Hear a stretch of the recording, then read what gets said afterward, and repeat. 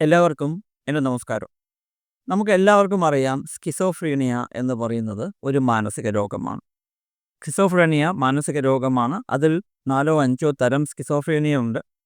ഓരോ സ്കിസോഫ്രീനിയയ്ക്കും ചികിത്സ ഡിഫറൻറ്റ് രീതിയിലാണ്. സാധാരണഗതിയിൽ സ്കിസോഫ്രീനിയയ്ക്ക് ലൈഫ് ലോങ് മരുന്ന് കഴിക്കേണ്ടതായി വരാറുണ്ട്. ചികിത്സ കണ്ടിന്യൂസ് ആയി കൊടുത്തുകൊണ്ടിരിക്കണം. മരുന്നും അതേപോലെ തെറാപ്പിയും ഗ്രൂപ്പ് തെറാപ്പി പോലെയുള്ള കാര്യങ്ങൾ, എല്ലാ കാര്യങ്ങളും അതിന് കൃത്യമായി ചെയ്തുകൊണ്ടിരുന്നാൽ ഒരു പരിധിവരെ നമുക്ക് നമ്മുടെ ലക്ഷണങ്ങളെ നമ്മുടെ വരുതിയിൽ നിർത്തുവാൻ സാധിക്കും. അത് പ്രാക്ടിക്കലി പ്രോവൻ ആണ്. അതായത് നമ്മൾ മരുന്ന് കഴിച്ചുകൊണ്ട് തന്നെ നല്ല രീതിയിൽ തെറാപ്പിയും മരുന്നും കണ്ടിന്യൂ ചെയ്തുകൊണ്ടിരുന്നാൽ സ്കിസോഫ്രീനിയയും നമ്മുടെ വരുതിയിൽ നമുക്ക് നിർത്താനാവും. ഒരേ ഒരു ബുദ്ധിമുട്ട് മാത്രമേ ഉള്ളൂ, ജീവിതകാലം ചികിത്സ തുടർന്നു കൊണ്ടുപോകേണ്ടി വരും. പക്ഷേ ലൈഫിന് വലിയ ബുദ്ധിമുട്ടില്ലാതെ മുന്നോട്ട് പോകുവാൻ നമുക്ക് അത്ര പ്രശ്നങ്ങൾ ഉണ്ടാവില്ല. നമ്മളതിനെ മാനേജ് ചെയ്ത് കൊണ്ടുപോകാൻ സാധിക്കും എന്നാണ് പൊതുവെ അറിയപ്പെടുന്നത്. ഇതിൽ മനസ്സിലാക്കേണ്ട ഒരു കാര്യം, മാനേജ്മെൻറ്റ് ആൾസോ, അതായത് നമ്മളീ പറയുന്ന ഒരു രോഗത്തെ മാനേജ് ചെയ്യുക എന്നുള്ളതും ഒരു നല്ലൊരു ജീവിതം നയിക്കുവാൻ നമ്മളെ പ്രാപ്തരാക്കുന്നു തന്നെയാണ്. ഉദാഹരണത്തിന്, നമ്മൾ BP മരുന്ന് കഴിക്കുമ്പോൾ BPയെ മാനേജ് ചെയ്യുന്നു എന്ന് പറയുന്നതിൻ്റെ കൂടെ തന്നെ നമ്മൾ നമ്മുടെ ലൈഫ് മുന്നോട്ട് കൊണ്ടുപോകുന്നുണ്ട്. ഷുഗറിനെയും മാനേജ് ചെയ്യുകയാണ്, കൊളസ്ട്രോളിനെയും മാനേജ് ചെയ്യുകയാണ്, ഹൃദ്രോഗത്തെയും മാനേജ് ചെയ്യുകയാണ്. മിക്കവാറും എല്ലാ പ്രശ്നങ്ങളെയും നമ്മൾ മാനേജ് ചെയ്തുകൊണ്ടാണ് മുന്നോട്ട് പോകുന്നത്. അതുകൊണ്ട് മാനേജ് ചെയ്തുകൊണ്ട് ജീവിതം നല്ല രീതിയിൽ ജീവിക്കുക എന്നുള്ളതും ഒരു ചികിത്സയുടെ രീതി തന്നെയാണ്. അതും നല്ല രീതിയിൽ ജീവിക്കുവാൻ നമ്മളെ സഹായിക്കുന്നു. സ്കിസോഫ്രീനിയയുടെ ചികിത്സയെക്കുറിച്ചാണ് ഞാനിപ്പോൾ പറഞ്ഞത്. സ്കിസോഫ്രീനിയയ്ക്ക് ചികിത്സ ആവശ്യമാണ്. ജീവിതകാലം മുഴുവൻ നമുക്ക് ചികിത്സ വേണ്ടി വരും. മാനേജ്മെൻറ്റ് നിങ്ങളുടെ ലക്ഷണങ്ങളെ മാനേജ് ചെയ്ത് കൊണ്ടുപോകാൻ സഹായിക്കുന്നു. ഈ വീഡിയോയിൽ എനിക്ക് പറയാനുള്ളത്, നിങ്ങൾക്ക് സ്കിസോഫ്രീനിയ വരുവാൻ സാധ്യതയുണ്ടോ എന്നുള്ളതിനെക്കുറിച്ചല്ല.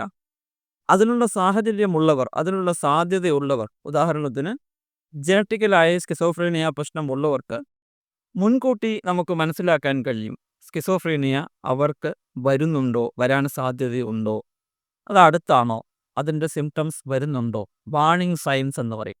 കൃത്യമായി നമ്മുടെ സ്കിസോഫ്രീനിയയ്ക്ക് വഴിതെളിക്കുന്ന ചില ലക്ഷണങ്ങളാണ് എൻ്റെ ഈ വീഡിയോയിലുള്ളത്. 10 ലക്ഷണങ്ങൾ ഞാൻ പറയുന്നുണ്ട്. സ്കിസോഫ്രീനിയയ്ക്ക് തെളിയിക്കാവുന്ന ലക്ഷണങ്ങളാണ്. നിർബന്ധമായും സ്കിസോഫ്രീനിയ എന്നൊന്നുമില്ല. പക്ഷേ ഇവ അതിൻ്റെ മുൻഗാമികളായി കാണുവാൻ നമുക്ക് സാധിക്കും.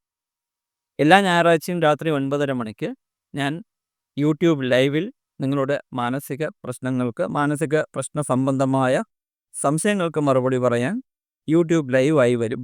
നിങ്ങൾക്ക് പങ്കെടുക്കാം, എന്നോട് ചോദ്യങ്ങൾ ചോദിക്കാം. എന്തെങ്കിലും സംശയമുണ്ടെങ്കിൽ നിങ്ങൾ കമൻറ്റ് ബോക്സിൽ എഴുതാം. വീഡിയോ കാണുന്ന സമയത്ത് ദയവ് ചെയ്ത് കമൻറ്റ് ബോക്സുകൾ വായിക്കരുത്. എൻ്റെ ചാനൽ സബ്സ്ക്രൈബ് ചെയ്യുവാൻ മറക്കരുത്. ബെൽ ബട്ടൺ അമർത്തുവാനും മറക്കരുത്. സ്കിസോഫ്രീനിയയുടെ 10 ഏർലി വാർണിംഗ് സിംറ്റംസ് എന്തൊക്കെയാണ്? ഭക്ഷണം കഴിക്കുന്നതിൻ്റെയും ഉറക്കത്തിൻ്റെയും പാറ്റേൺസിൽ വളരെ നോട്ടബിളായ, മാർക്കഡായ, നമുക്ക് തിരിച്ചറിയാൻ കഴിയുന്ന തരത്തിലുള്ള മാറ്റങ്ങൾ തുടർച്ചയായി വന്നുകൊണ്ടേയിരിക്കും. ശബ്ദം, ടേസ്റ്റ്, രുചി, മണം, ആരെങ്കിലും തൊടുമ്പോഴുണ്ടാവുന്ന പ്രതികരണം, ഇവയിലെല്ലാം വളരെ പെട്ടെന്ന് ഇവർ പ്രതികരിക്കുന്ന ഒരു സാഹചര്യം, ഹൈപ്പർ സെൻസിറ്റിവിറ്റി ഇവർക്കുണ്ടാവും. ദൈനംദിന കാര്യങ്ങൾ കൃത്യമായി ചെയ്യുന്നതിലെ വിമുഖത, പല കാര്യങ്ങളിലും ഫോക്കസ് ഇല്ലായ്മ, കോൺസെൻട്രേഷൻ വളരെയധികം കുറവാണ്, മോട്ടിവേഷനും വളരെയധികം കുറവാണ്. കണ്ടിന്യൂസായി സങ്കടപ്പെട്ടുകൊണ്ടേയിരിക്കുക, ആൻഷ്യസ് ആയിരിക്കുക, അവരുടെ പേഴ്സണാലിറ്റിയിൽ തന്നെ വളരെയധികം മാറ്റങ്ങൾ വരിക, സൊസൈറ്റിയിൽ നിന്നും സ്വയം വിഡ്രോ ചെയ്ത് നിൽക്കുന്നൊരു പ്രവണത ഇവർ കാണിക്കും.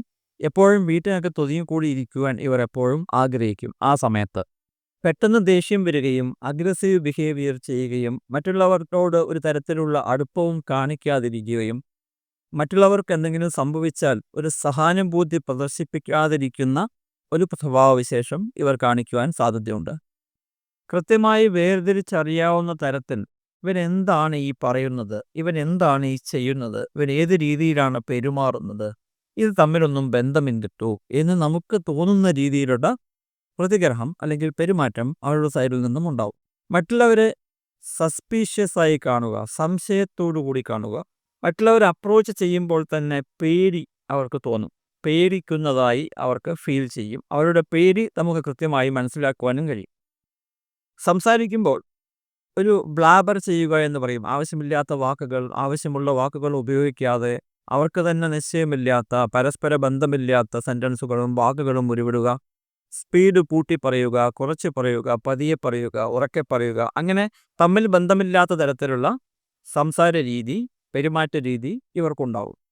ഇതെല്ലാമാണ് പൊതുവെ സ്കിസോഫ്രീനിയ വരുന്നതിൻ്റെ, അല്ലെങ്കിൽ സ്കിസോഫ്രീനിയ അടുത്ത് തന്നെ ഉണ്ടാവും, സ്കിസോഫ്രീനിയ വരാൻ സാധ്യതയുണ്ട്, സ്കിസോഫ്രീനിയ ആയി ഇതെല്ലാം മാറാം എന്നുള്ള സാഹചര്യങ്ങൾ നമുക്ക് കണക്കാക്കിയെടുക്കാവുന്ന ലക്ഷണങ്ങൾ. അപ്പോൾ ഈ ലക്ഷണങ്ങൾ വരുമ്പോൾ തന്നെ നമ്മൾ കൃത്യമായി മനസ്സിലാക്കണം, ഇത് സ്കിസോഫ്രീനിയയുടെ മുൻ ലക്ഷണങ്ങളാണ്.